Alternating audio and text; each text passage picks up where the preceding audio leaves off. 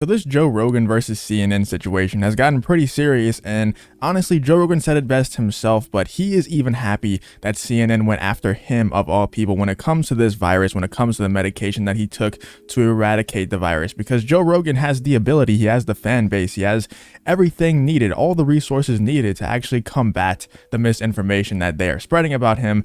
And I'm sure that you all heard the story already, but he had Sanjay Gupta on his show, who's the head medical correspondent, I believe is his title, but he's also a neurosurgeon. He knows about medicine. You know, he's a smart guy. And according to Joe Rogan, he's a very nice and respectful guy. He's not the type of person to spread misinformation, to kind of slander someone's name just for fun or for views or for clicks or whatever the case is. He doesn't seem like the type of person, according to Joe Rogan, that would do that. So he went on Joe Rogan's show and they had a conversation, and then Sanjay Gupta, actually, who once again is the head medical correspondent for CNN, actually agreed with Joe Rogan that they shouldn't have said the things that they said about Joe Rogan and the medicine that he took to eradicate the virus that he had. I can't obviously say the word on YouTube, but you know what virus I'm talking about. He took a certain medication that they said was for horses, that is really just for people, but horses happen to take them too. That happens all the time. You know, animals, all the time, animals take medicine that people also take. That doesn't mean that people are taking animal medicine. That just means that animals are taking medicine that people also take. This certain medication, once again, can't say the word on YouTube because you know how it is. That certain medication they said was for horses, when in reality it was made for people and horses also take it.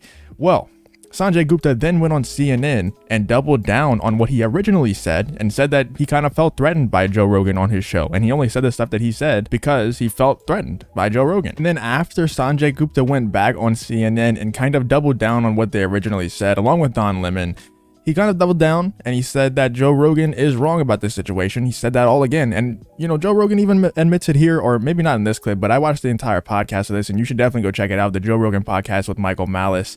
Go check out the whole thing. It is a really good podcast and they go much more in depth than they go in this video. That he's not the type of person, that Sanjay isn't the type of person to lie about this kind of stuff, to spread misinformation, to slander someone's name. He's being forced to say this kind of stuff. You already know that right after the Joe Rogan episode that he did. CNN called him and said, you have to come on this show and kind of discredit everything that you said on there because you pretty much said that we lied on our own show and we don't want to be portrayed as liars on our own show. So let's check this out. Let's check out this video of Joe Rogan responding to Sanjay Gupta when he doubled down on CNN after admitting that they were wrong on Joe Rogan's show, right in front of Joe Rogan's face, right across the table from him. Let's check out what Joe has to say about the situation. It's fascinating, though. The exposing of mainstream media. That's one thing that corporate I'm very happy about. Don't call them mainstream because they're not mainstream.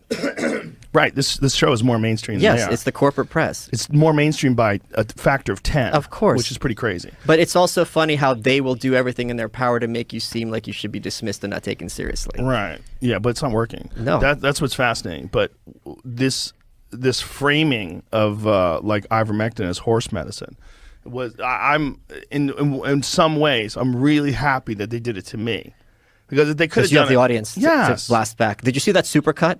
Yes. Of just one after another, them laughing at you. Yeah, hilarious. It's because they have been doing it to a whole lot of other people, maybe not specific people, but they've been spreading that information, that misinformation, for a really long time, you know, ever since that medicine started getting a little bit more popular.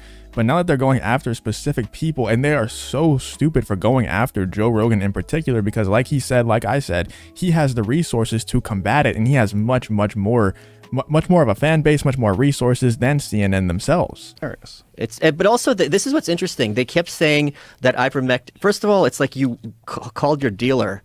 You had it prescribed, right? Yeah. So when they say it's not approved, it's not like you are using your own judgment. You're using the judgment of a medical professional, which is what they've been yelling for a year and a half. Listen to the experts. Well, not only that, I listed off a laundry list of medications, and that's the one they focused on. Right. I said I took monoclonal antibodies. I said I took prednisone. I said I took Z-Pak.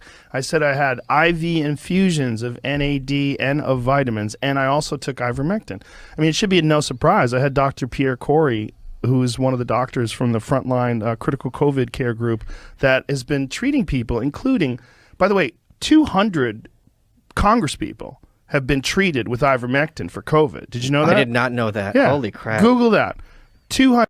The reason why no one knows that is because that doesn't fit the narrative that they're all trying to portray. You know, they would never say that on mainstream news, or I guess, you know, stuff like CNN. They would never say that because that doesn't fit the narrative that they're trying to push. And the reason why they don't mention anything else that Joe Rogan took to kind of combat the virus that he had is because the same reason. They don't want, that doesn't fit the narrative that they're trying to portray. They don't have to go against taking vitamins because they're not attacking vitamins right now. They're attacking that specific medication that Joe Rogan took. So as soon as he mentions that, they feel like their narrative is being attacked, so they have to attack Joe Rogan's narrative. The only difference is Joe Rogan is just coming at it from a logical perspective, and they're just spreading misinformation to kind of slander Joe Rogan and the medication that he was taking. And when it comes to it being approved, FDA approved or approved by the government, whatever it is, the jab that they're promoting that everyone gets wasn't approved for the longest time, and they were still promoting that everyone get it. So that's kind of a non-argument, once again, just proving that they will say anything as long as it fits their narrative. They will do anything, spread any misinformation possible just to propagate that narrative, just to propagate that agenda that they have. I believe you could probably find it in Dr. Pierre Corey's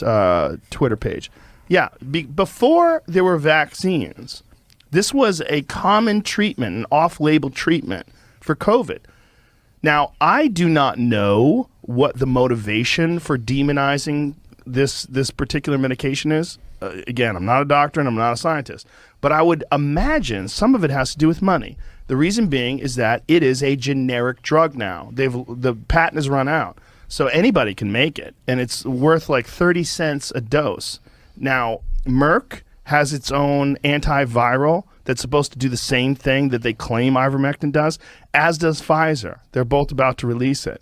I don't know if that's why the FDA is making snarky tweets about it being veterinary medicine, but I do know that it was used for humans for fucking years before they ever started using it for animals. And I also do know that there's a massive amount of medications that have veterinary applications, including penicillin. Well, Joe, it's like me calling Child Protective Services because my neighbor was feeding her baby cat food, and by cat food I mean milk. Yeah, it's insane. Like it's insane. Dogs take Xanax and all these other things. So it's wait a minute, dogs take Xanax? Yeah, people have like anxiety. So that's pretty much it. I mean, you can go watch the entire clip if you want to. It's not too hard to find. There's a title at the top of the screen right now.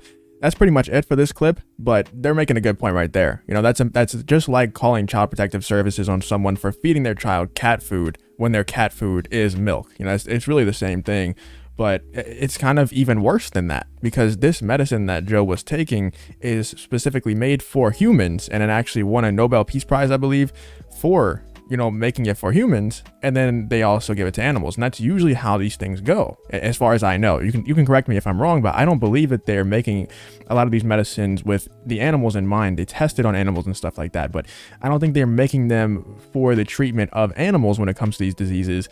It's more like they're keeping humans more in the front of their mind when they're creating these things, and then they can also give them to animals if they are effective with them too. That's the same thing when it comes to this medicine that Joe Rogan is taking. But once again, it doesn't fit their narrative, so they're not going to attack him for taking vitamins, you know, animal vitamins, because animals also need vitamins and minerals. They're not going to say that he's taking animal vitamins, but only that he's taking animal medicine when it comes to that specific medicine that they have to attack, because if they don't attack it, people will start to figure out that, hey, we don't actually need to pay money for all these other medicines that they're going to come out very soon with. I'm not going to go into all of that, but stuff like Pfizer and Moderna, they're coming out with very, very similar medicines to ivermectin, which I just said that I wasn't supposed to say that out loud, but they're coming out with very, very similar medicines to that, very similar treatments to that. So they're going to try to kind of mark up the price whenever ivermectin is very cheap. That's why they're trying to attack it. That's why the narrative is going against that specific medicine. Let me know what you think about this whole situation. What do you think about Joe Rogan going after CNN? I'm really happy that he didn't just lay down and let it happen to him. I'm really happy that he's not letting this go. He's going to continue his attack on CNN because they deserve it. They need to stop spreading misinformation. They need to stop not caring about people's lives in order to get clicks, because that's really what they're doing. They'd rather people die and get very, very sick, people like Joe Rogan, than to actually just tell the truth. And that's not how journalism should be. That's not how mainstream media or news should be. But let me know what you guys think in the comments about this whole situation.